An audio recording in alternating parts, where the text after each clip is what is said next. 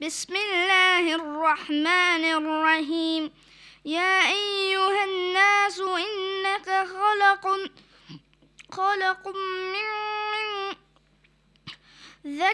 ذكر وأنثى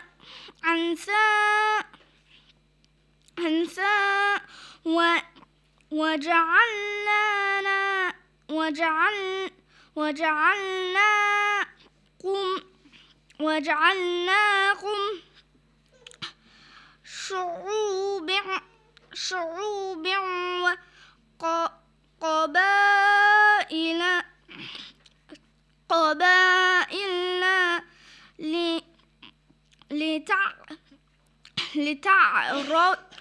لتعرفوا إن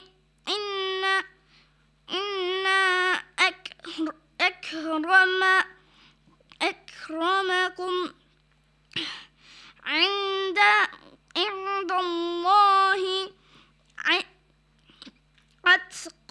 أتقاكم إن الله عليم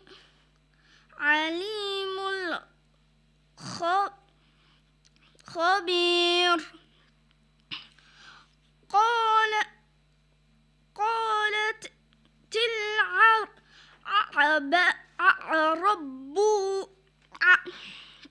آمنوا قل لم تؤمنوا ولكن قولوا أسلمنا ولما يدخلوا للإيمان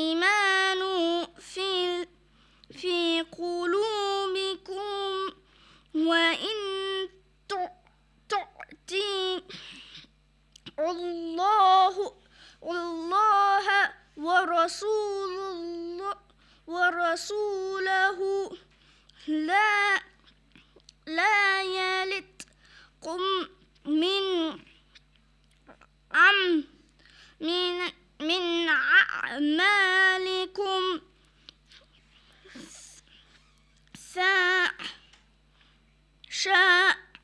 شيئا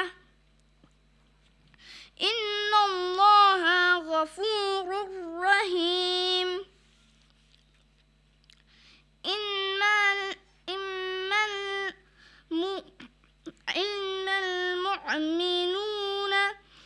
إن المؤمنون الذين آمنوا بالله ورسوله ثم لم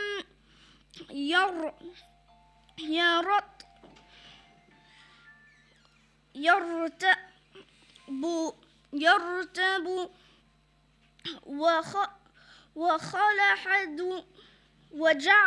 وجاهدوا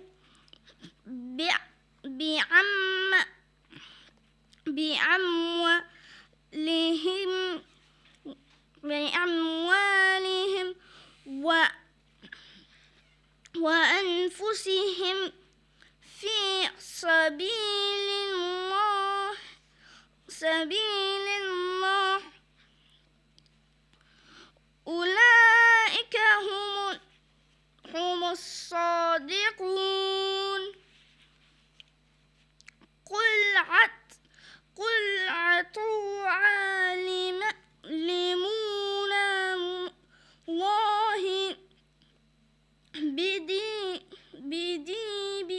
بدينكم والله عليم يعلم ما في السماوات ومن في الأرض ما في السماوات وما في الأرض والله بكل شيء عليم.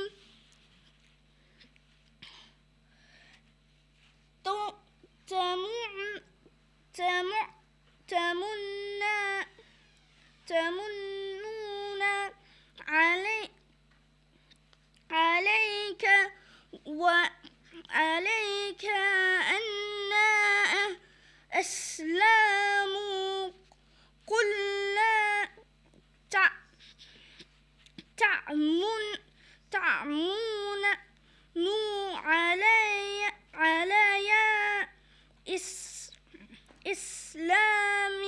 إسلامكم بل الله يوم عليق يوم عليكم إن حداكم للإيمان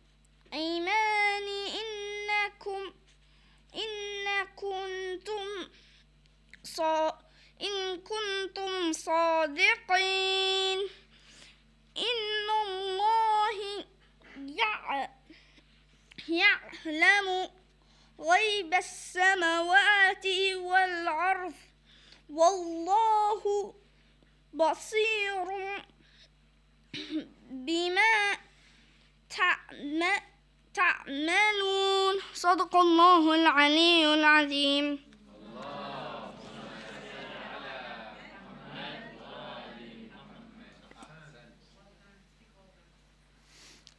Thank you very much. Brothers and sisters, today we are fortunate to have Samia Rahman, who will be speaking to us about her book, Muslim Women and Misogyny. Please welcome her with loud salawat ala Muhammad wa ali Muhammad.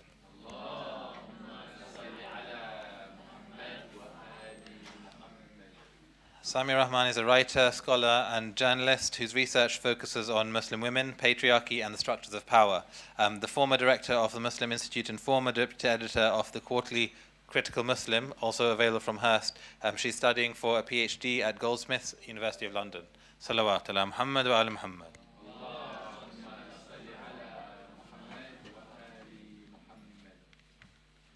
Just bear with me a second.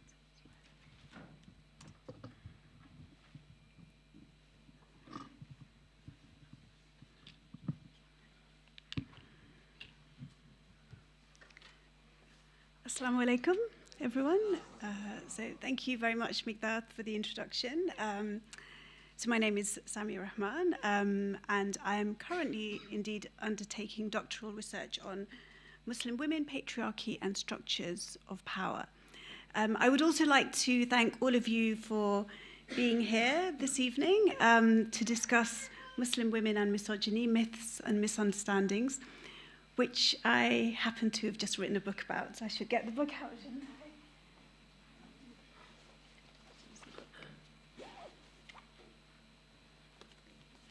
This is my book. So in the book, I cover a range of themes, including toxic masculinity, white feminism, sisterhood, and the objectification of Muslim women.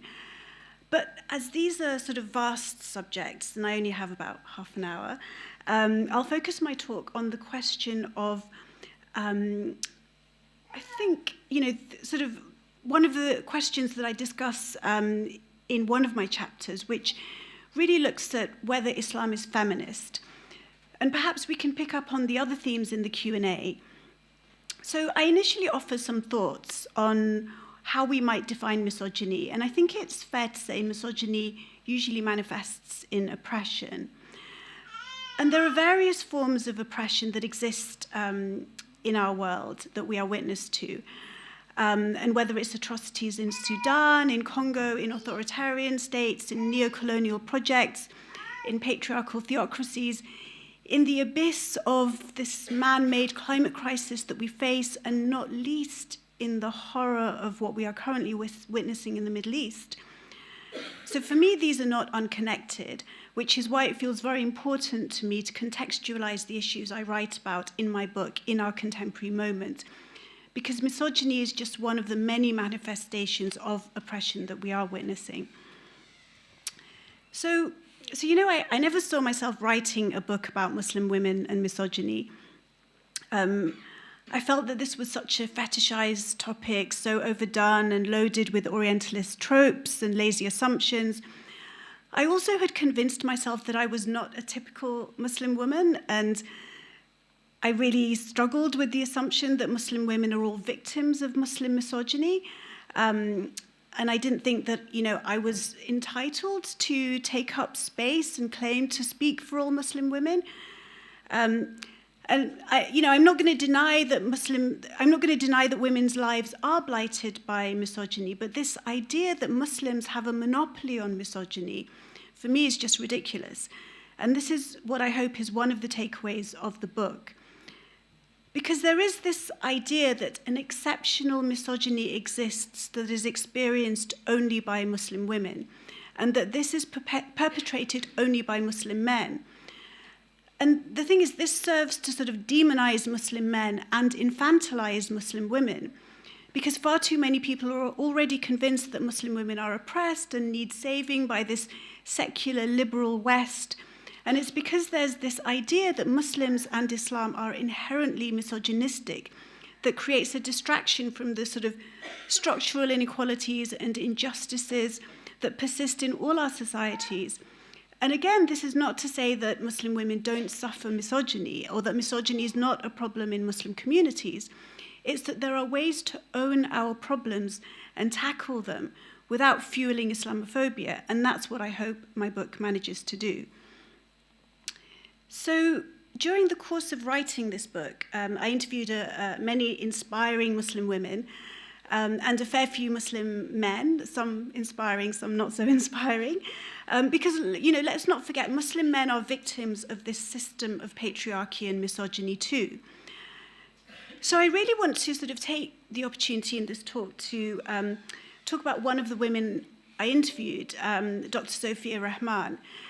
She's the author of A Treasury of Aisha, which is a really beautiful book. It compiles 40 insights and statements from Aisha bint Abu Bakr, the Prophet Muhammad's third wife, and the youngest woman he married. So much has been narrated and discussed about Aisha, from her age at marriage, her temperament, and the salacious gossip that she endured during her lifetime and which dogged her legacy after death.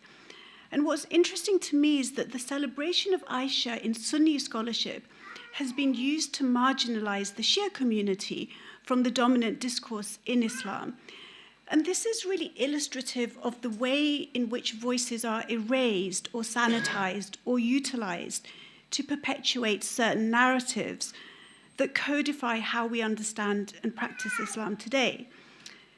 So Sophia's research is really illuminating because disapproval of interpreting the Quran beyond the confines of traditional exegesis meant that voices of women, like Aisha, they were pushed to the margins. So traditional and patriarchal interpretations gained prominence over the centuries because society was, frankly, patriarchal. And there were voices that did exist. There were other voices that existed and that were drowned out or ignored or were repurposed. So, for example, Aisha is framed as this very young girl at the time of her marriage to the Prophet, to the extent that she becomes cast in the role of almost having been brought up by him. So in some ways without any prior history. And this makes her almost as central to the Prophet as his daughter Fatima.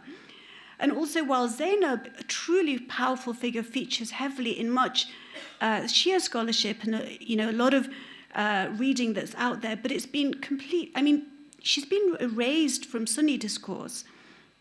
So in my interview with Sophia, Sophia describes embracing a very conservative practice of Islam in her teenage days, and over the course of a couple of decades, deepening her understanding to find peace and liberation in an Islam that wasn't immersed solely in outward pieties. As a second-generation British Muslim, her trajectory is very much in line with the considerable research that's been published, which looks at British Muslim identity formation and belonging. So Sophia, she was full of questions about life and religion. And Islam not only fulfilled a spiritual void from the age of 15 onwards, but also provided community and friendships for Sophia.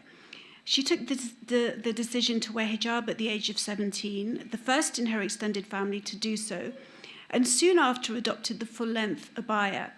And within a couple of years, she was regularly wearing the face veil. Her new friends at the masjid, they quickly displaced her previous friendship circle. And although her parents were delighted that they could send her to university without worrying about boyfriends or drinking or partying, they worried about her safety wearing the hijab, and this was in the shadow of 9/11. So Sophia's first friends at the masjid were members of the now outlawed Hizb ut-Tahrir. And after attending a few HT meetings, she became frustrated with the quality of discourse. So, all the hot air and polemic, it was a world away from the intellectual substance that she was seeking. She tells me about attending a gathering which took place in one of the largest conference and event venues in London. And the sheer number of Muslims in attendance was powerful. But despite searching, she found the gathering to be void of any real exchange of knowledge. She continued to read widely, but found that the diversity of representation of thought in Islamic bookshops, which had once had shelves lined with Ahmed Didat, side by side with Hamza Yusuf, and even Abu Hamza, these had been supplanted by books published almost exclusively by the Saudi-based publisher Dar es Salaam. So this influenced the direction of her own learning and led her to take a more Saudi and Salafi approach to religion, as this ideological instruction was all that was available, and preachers doing the circuit were also that way inclined. So a couple of years of reading left Sophia still deeply dissatisfied. Due to the reduction of diversity on the shelves of Islamic bookshops at this point, it felt she had read every book available in Islamic bookshops, but was just unstimulated. She travelled across the UK to talks and found the repetition and superficiality of the preacher's sermons uninspiring. And it got to the point where she would go to talks and would sit there bored and finishing off the sentences of the speakers because it was so predictable.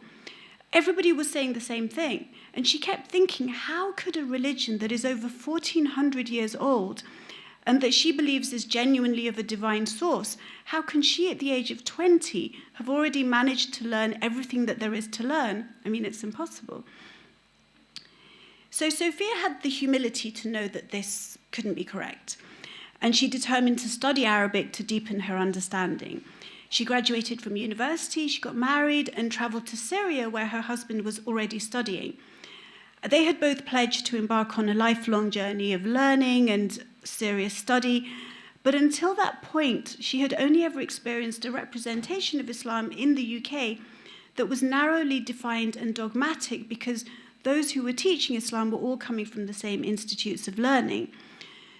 So in the Syria of the mid-2000s, Sophia became exposed to Sufi influences and more mystical worship. So her more pietistic and ritualistic Salafi sensibilities, they balked at this, but her quest for knowledge overcame any reticence. And she just wanted to submit to knowledge and was prepared to be led by information that she was sure was legitimately rooted in the tradition. It was while in a bookshop in Damascus that she came across Zarkashi's book about Aisha, and she decided that one day she will translate it. And it was at this point that Sophia started to become aware of interpretations of Islamic scripture and the realization that all interpretation is a form of human endeavor, which is going to be limited by societal, economic, political, gender, race, and many other systems. So having that understanding of knowledge production enabled Sophia to separate what was divine from what is man-made, and she was able to recognize that there are approaches to the Quran that allow Muslims to look at verses that are on the one hand contingent as well as those which are eternal. And this really opened up her mind. So Sophia, she tussled with the education she had now immersed herself in because it challenged the learning of her formative years. And it was her probing questions and engagement with her teachers that meant that not only did she excel as a student, but her world was opening up to plurality of thought and critical thinking. She felt a spark the preachers of her youth had never ignited. She felt the expansion of her horizons beyond Salafi Islam, while to this day remaining cognizant of the role it played in making her a confident Muslim and putting her on the path of learning. So by the time Sophia and her husband returned from Syria to continue their studies at a centre in Wales, she was willing to accept that there were alternatives, such as Sufism, and they were not the corrupting innovations that some of her more firebrand Salafi preachers had warned. And with inspiring teachers who challenged and encouraged discussion, Sophia felt enriched by what she regarded as pedagogy in action. Her husband had by now moved to Turkey. She and her husband had now moved to Turkey, where he was carrying out research for his PhD. And he had joined a critical reading group with local scholars and students from the nearby university. And Sophia had reached a stage where she was committed to taking truth from wherever she found it, whatever drew her closer to Allah and brought her the contentment of the heart that the Prophet had spoken of. However, one day her husband came home with a copy of the feminist Muslim scholar Amina Wadud's Inside the Gender Jihad, and she was furious. She'd heard all about Amina Wadud's book and her work and had decided that nothing good could come of such teachings. But after a while, being a voracious reader and unable to resist a book, she picked it up and she started to read.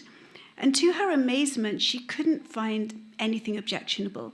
She describes it as a crack in the veneer, and although she still felt resistance to Amina Wadud's teachings, it was the beginning of a demystifying of so-called feminist or progressive scholars of Islam that Sophia had previously been convinced were just beyond the pale.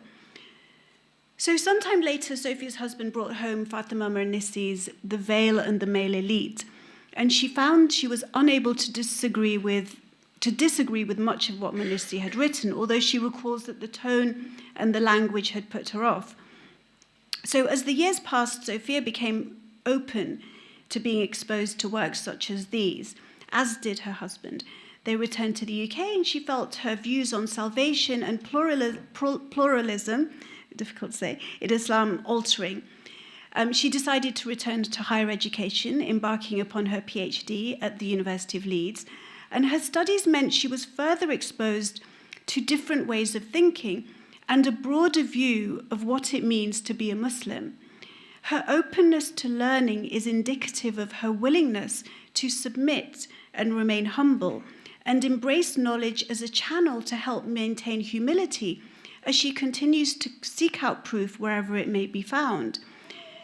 So as far as she could see, intellectual curiosity feeds into our spiritual experiences and what we then go on to deliver to our communities.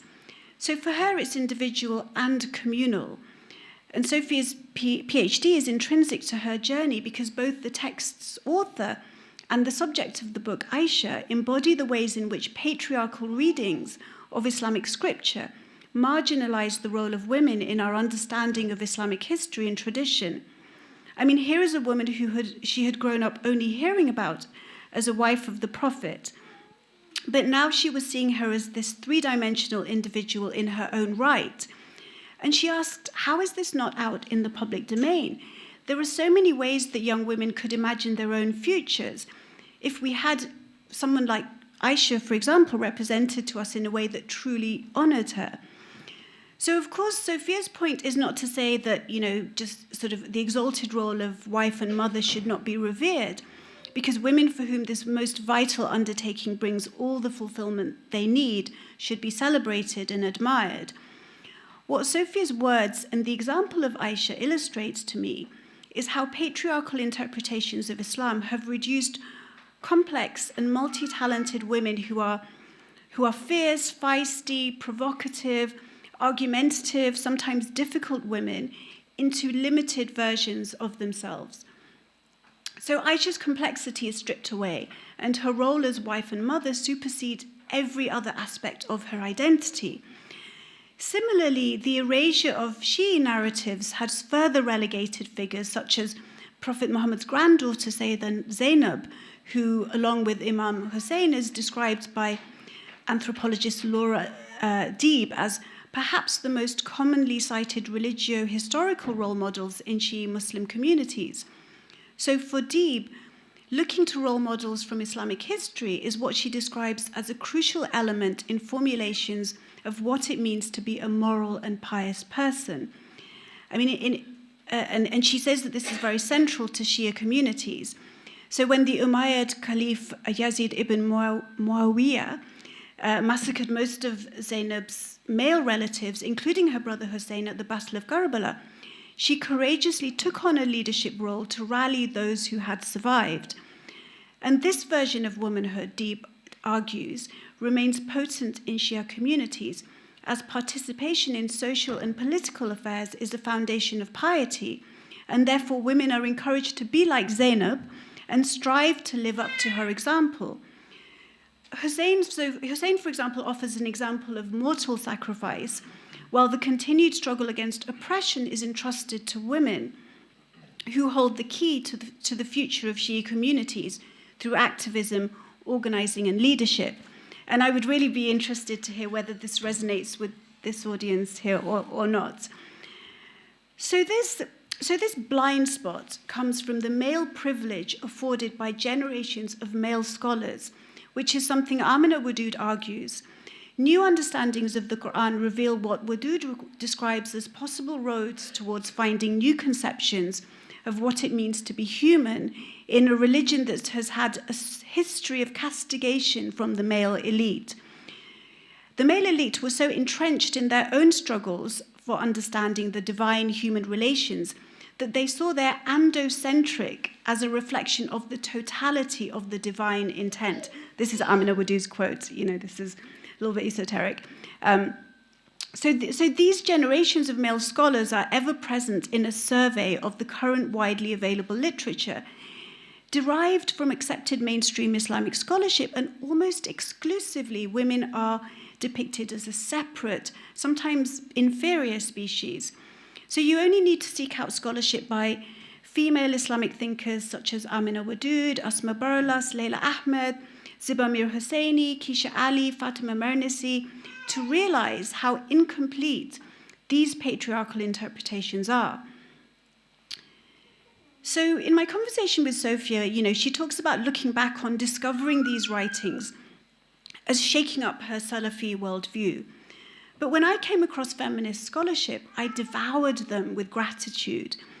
These trailblazing women helped me to confidently refuse to accept the patriarchal Islamic scholarship that I had learned in my formative years, which advocated a practice of Islam that was really based on dogma.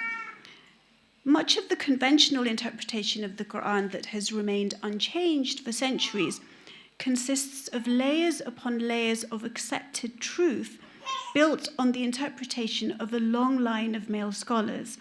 So narratives steeped in patriarchy inevitably codify patriarchal definitions of Islamic pieties and rituals. This Islam of male supremacy is without doubt steeped in misogyny, but I really don't think it is an Islam that an independently minded critical thinker who values autonomy can accept. Beyond this rigid and narrow conservative notions of such groups as the Wahhabis, the Salafis, and various traditionalists, there are other Islams more amenable to new understandings. So I speak as someone who started my academic journey as a student of literature. So for me, any passive literalist absorption of a text, it's an impoverished approach to reading. Yet this is what many traditional scholars offer as their interpretation of the Quran. The valuable contribution of traditional scholars is not in any doubt. I really want to emphasize that point. But their commentaries have often epitomized the phenomenon of prevailing culture being interpreted through the medium of religion. It's also important that these scholars were men, suggesting the practice of the religion was inevitably framed in the interests of men. I think that's a really fair assumption to make. And the fact that Islamic classical scholars are predominantly male would explain why the prism of interpretation has been couched in patriarchy. And the inevitable consequence of this has been the creation of an Islamic exegesis that is devoid of female input and therefore is heavily weighted in favor of patriarchal concerns. For example, male scholars had very little access to the multifaceted lives of the diversity of women during the classical period. and so could not possibly justly illustrate their place in Islam. Women became subjected to commentary and translations and interpretations of the Quran and Hadith with no way of representing themselves with an authentic voice. And these classical scholars in turn influenced contemporary traditional commentaries by people like Maududi and Sayyid Qutb, and we are thus caught in a cycle of misogyny that seems to sort of perpetuate itself.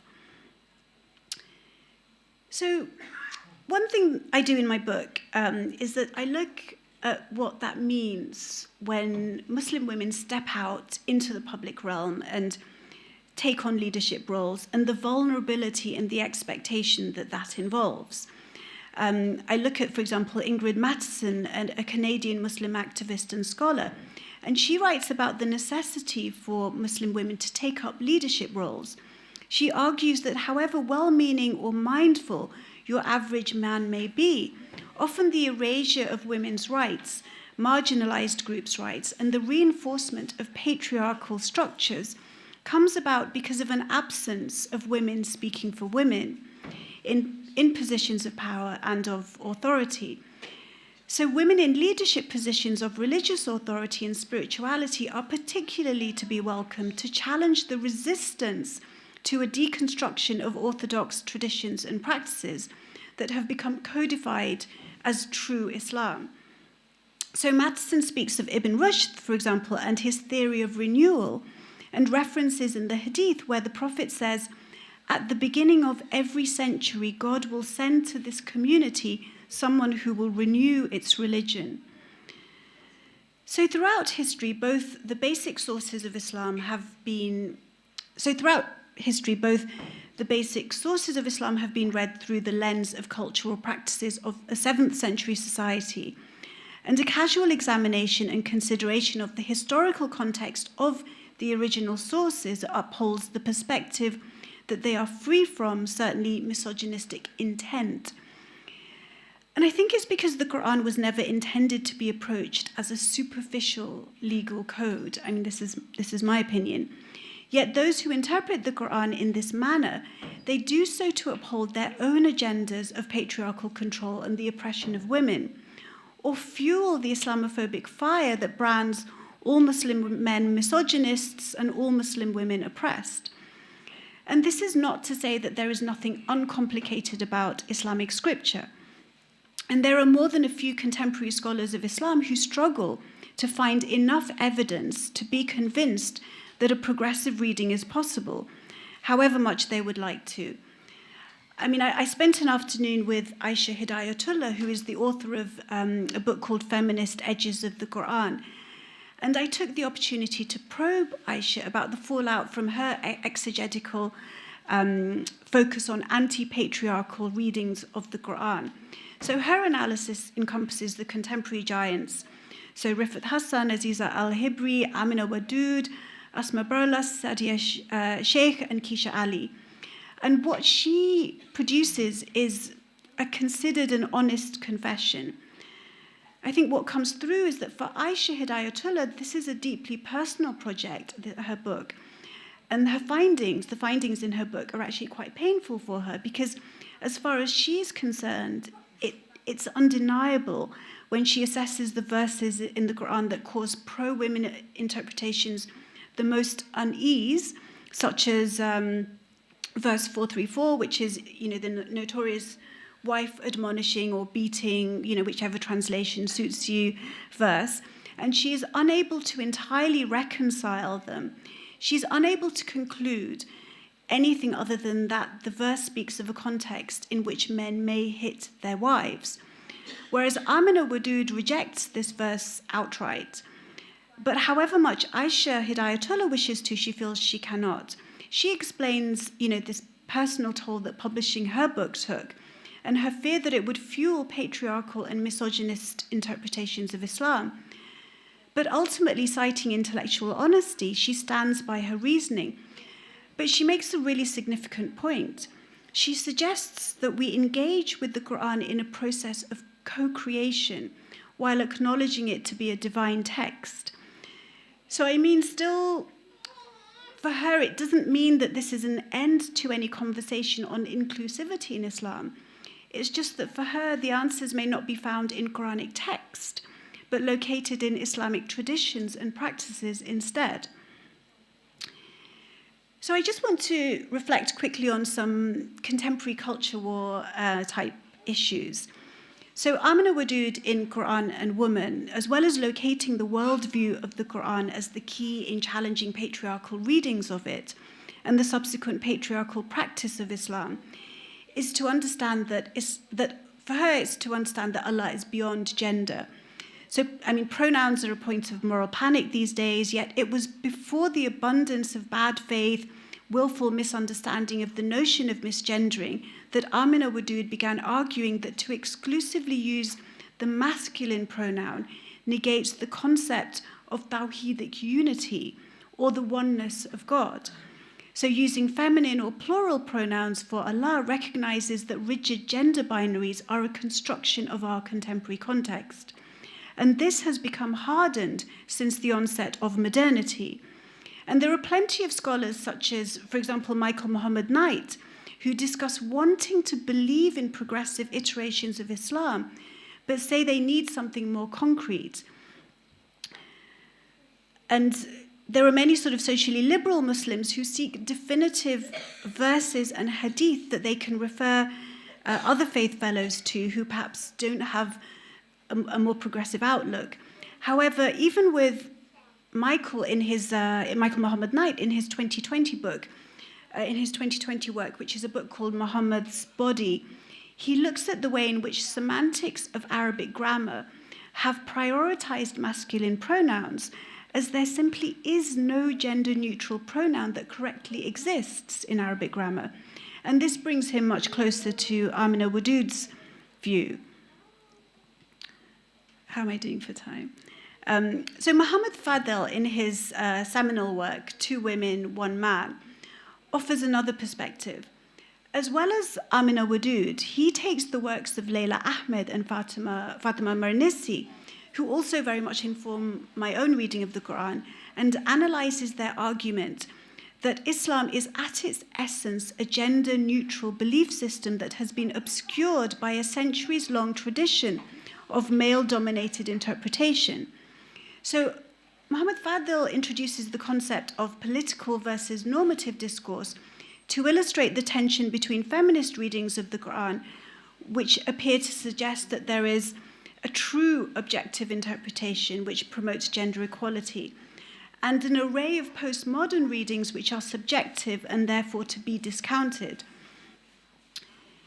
So my discomfort with his position is that it disregards what a very good friend of mine, Leila Jagiela, has discussed in her writings and talks, that it is the traditions of Muslim societies that offer the missing pieces of the jigsaw puzzle that in its completion points to a framework of equity and justice as inherent to what it means to be a Muslim. So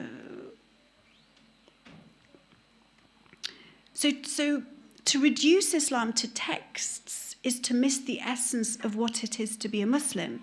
So Islam is more than a series of texts, it's also a series of histories. So it's hugely seductive to regard the very first believers as the original and authentic Muslims, untainted by cultural baggage. And in a world where many Muslims feel disaffected and demonized by the dominant global narrative, and trapped in the cycle of capitalism's dehumanization of our spiritual selves, it's tempting to find a way to reject contemporary culture and everything it stands for, and to seek solace, direction, and validation in a way of life utterly removed from all that is around us. So looking to a romanticized perfect past is by no means, it's not by no means exclusive to Muslims. However, the yearning to mirror life as it was lived in the Prophet's time seems undermined by a point rarely acknowledged. The Prophet and his companions, indeed the entirety of the early Muslim community, they lived in a society in which customs and culture were already in existence. They did not live in a vacuum, and it's hardly feasible that even as Islam was revealed and practiced, they were able to insulate themselves from the pre-Islamic culture into which they were born.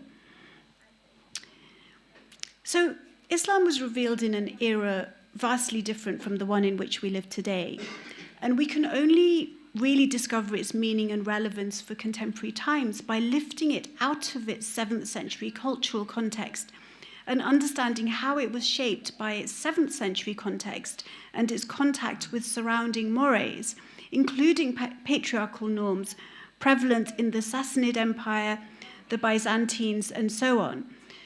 So revisiting how we engage with the text is also crucial.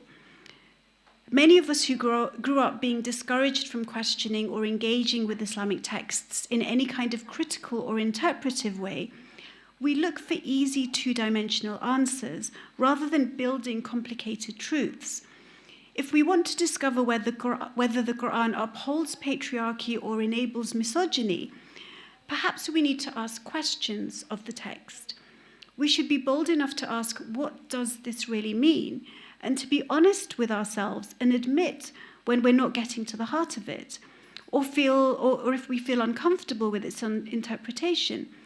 And this, to me, is how one embodies Islamic texts as part of a lived experience, rather than reading it passively or trying to bend it out of shape because we want it to conform to whatever we want it to conform to.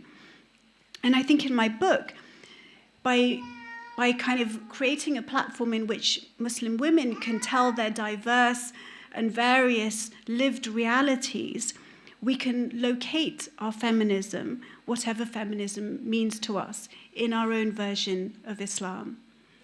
Thank you very much.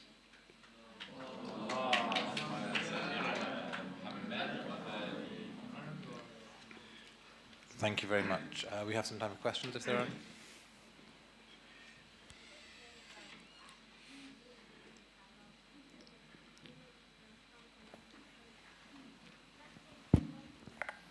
Thank you very much.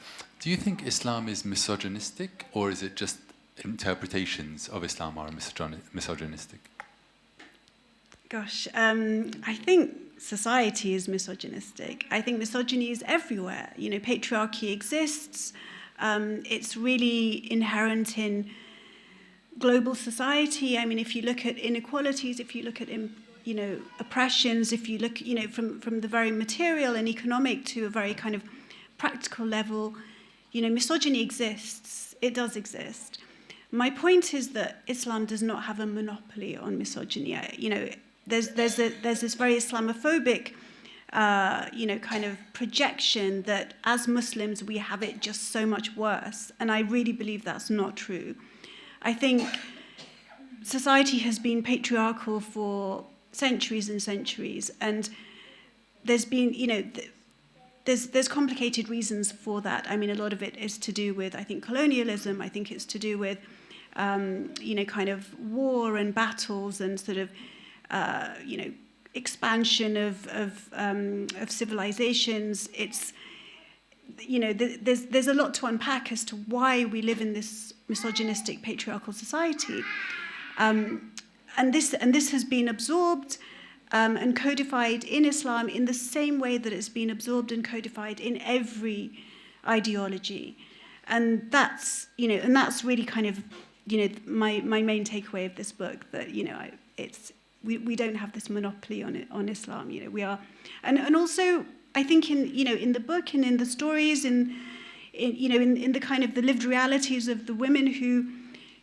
sort of really open up about their lives and their experiences, I'm trying to sort of kind of relate the ways in which Muslim women navigate this misogyny that we do all experience. And we are feminist. We are claiming feminism on our own terms, and we're not going to be dictated to by this very kind of narrow, rigid definition that has been decided by white feminism as to what feminism means or what it should be. So for a lot of kind of Western-centric ideals of feminism, it's very much about rejecting faith. It's about embracing secularism. It's about it's things that it doesn't need to be. And so so what I'm trying to do is challenge that very kind of limiting and narrow definition of feminism, and saying that, we're all feminists, and, we decide on our own terms what feminism is, and we live in a misogynistic society.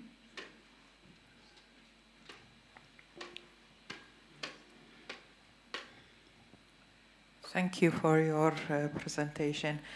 I'm from the old age. I just do not understand why the concentration on this aspect when you mentioned the role of Zainab alayha salam and the role of Fatima alayha salam. Why we concentrate on these things? Look, we are in London, in UK, in the West, and if you look at the history of the West, even now, America, they all say, oh, this is the first lady, the black lady or something. So this is in all societies. It's not only in Islam. They look that way towards the woman.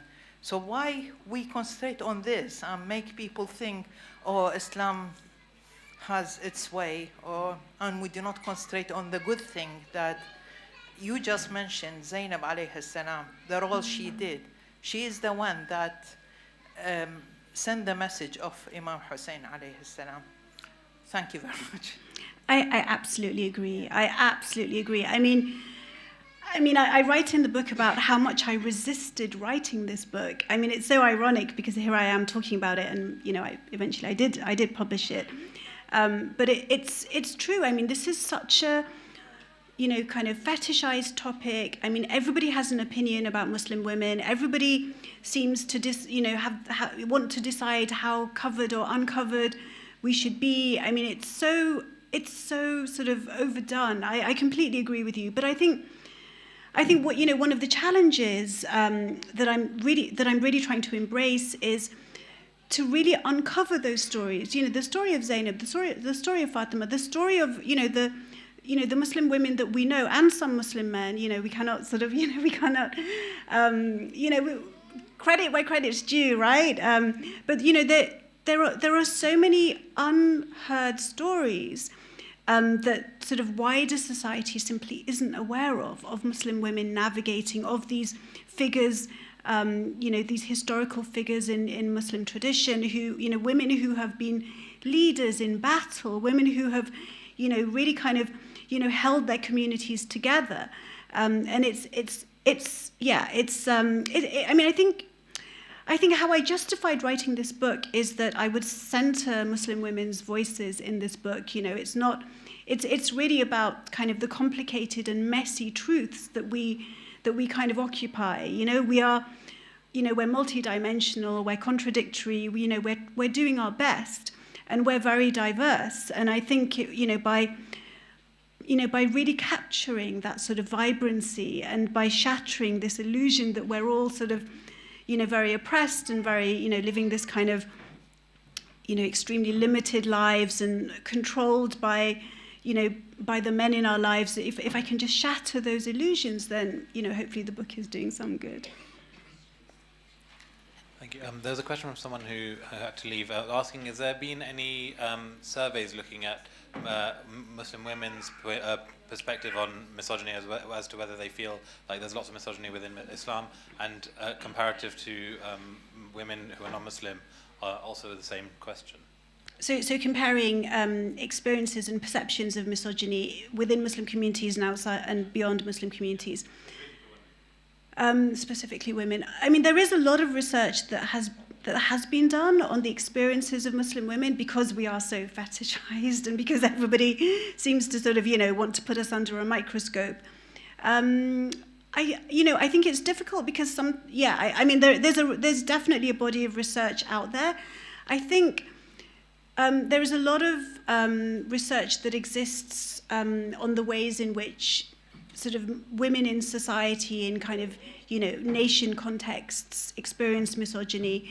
However, it's very much, framed through the lens of sort of, this, what I call white feminism, which is very much sort of, marking the indicators of what it means to be experiencing misogyny and what it means to be empowered and what it means to be liberated. So I think there is research out there on of both groups, but it's really important to look at how the questions are framed, who defines what misogyny is, who defines what liberation is, who defines what emancipation is. So I think, there's a body of work out there, but more needs to be done, especially by Muslim women on Muslim women.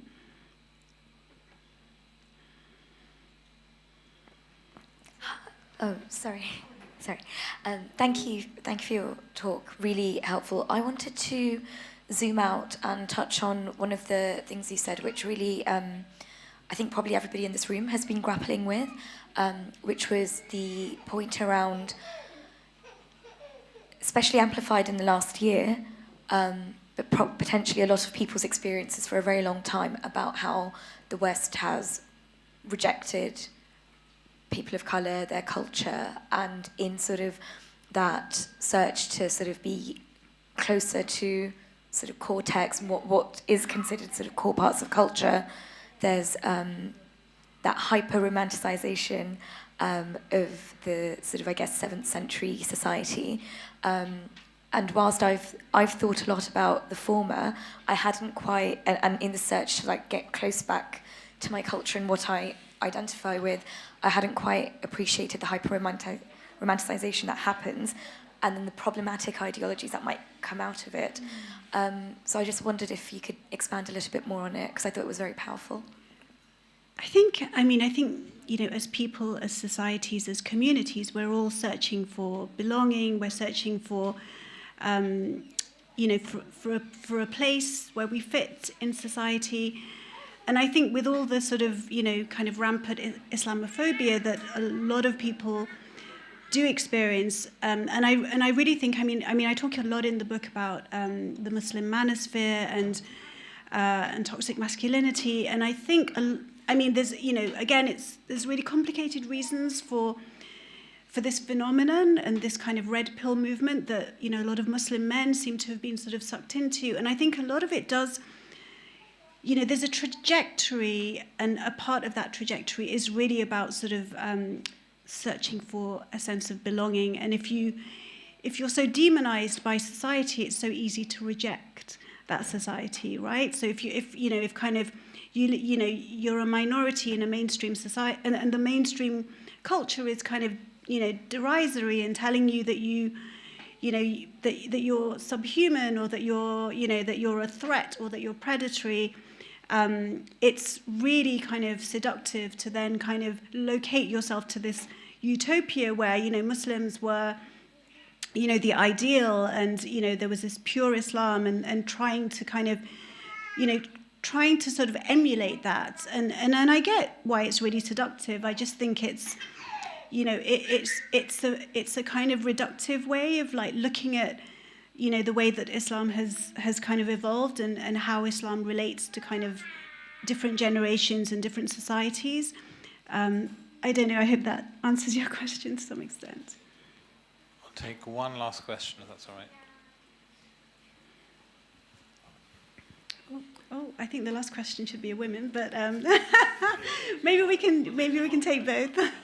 Yeah, it's just a quick one. I think from your answer about the survey, it doesn't seem like you base your book on, for example, interviews or survey that has actually been published, or you've done it yourself. And it seems like it's all about you reviewing and probably interpreting the book from your friend or the person that you have interviewed about Aisha. This is just a comment. You don't need to answer that.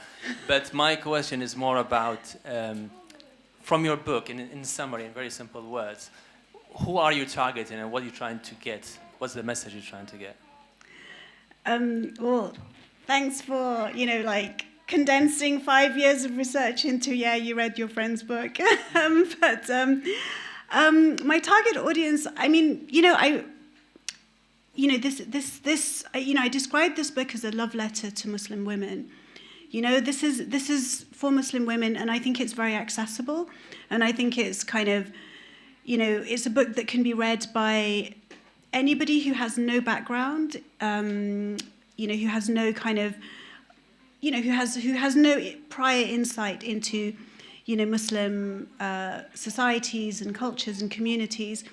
I think it's really interesting that you made that point. I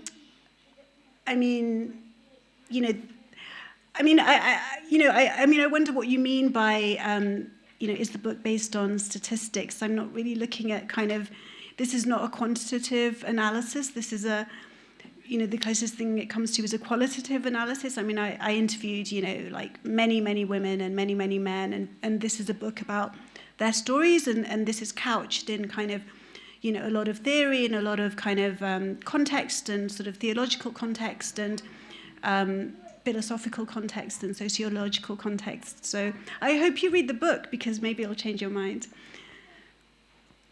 Thank you. One last question.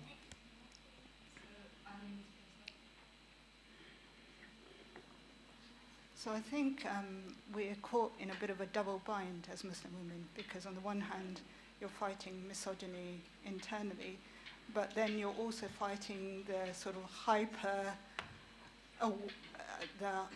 the kind of inflicted representation of you as an oppressed Muslim woman. Yeah. And so you're fighting in both directions. So I don't know, I'll give you an example. Very recently, I was in a Zoom Teams meeting, and there was, a private company presenting a point-of-care blood test, and they didn't have much data about it.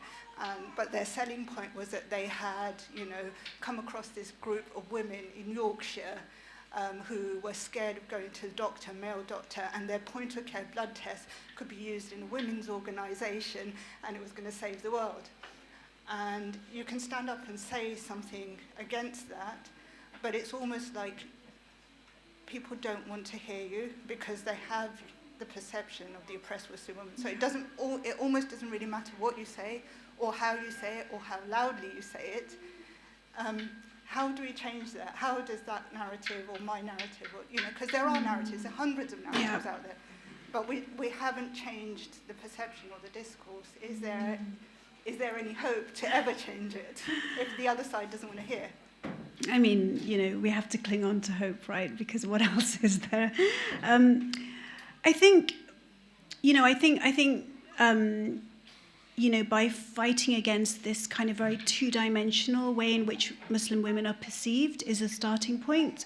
I think, there's a very reductive way in which, people, perceive Muslim women that, I had this conversation with, this Muslim woman once, and that, and therefore this is what Muslim women think, and whenever, every interaction I will have from now on with a Muslim woman, I will project that one conversation onto that person. And I think, what I try to do in my book is to really kind of, complicate Muslim women and to show the diversity and the spectrum of kind of lived realities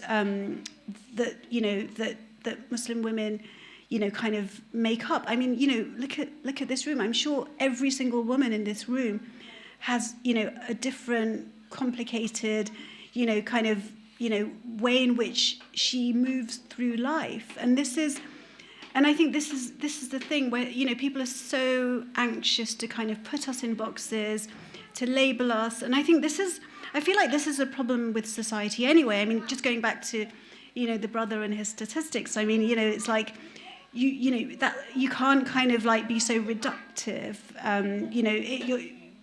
You're talking about complicated, messy, contradictory human beings. And if you try and remember that, if society kind of tries to remember that when they talk about Muslim women, then, that's the starting point. But, it's difficult. I don't know if that gives you any hope, but it's difficult. Thank you very much once again for your talk. Salawat.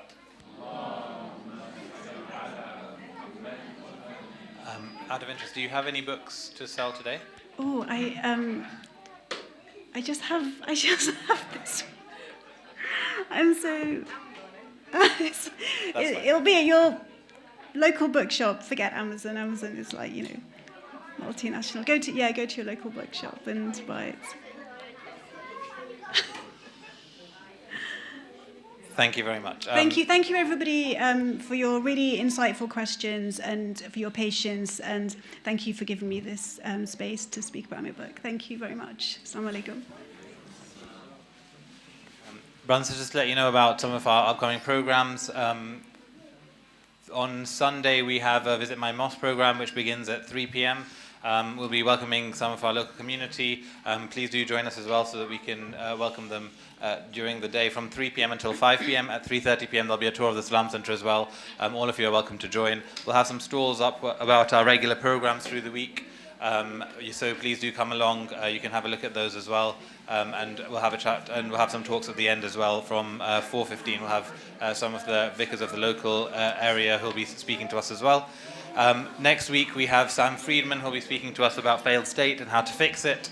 So that's on the 4th of October. We continue with our regular programs through the rest of the week, including Dua Kamal programs, exercise classes for ladies, yoga classes, Pilates, and also tafsir classes, tuition classes, etc. So do join us for those as well.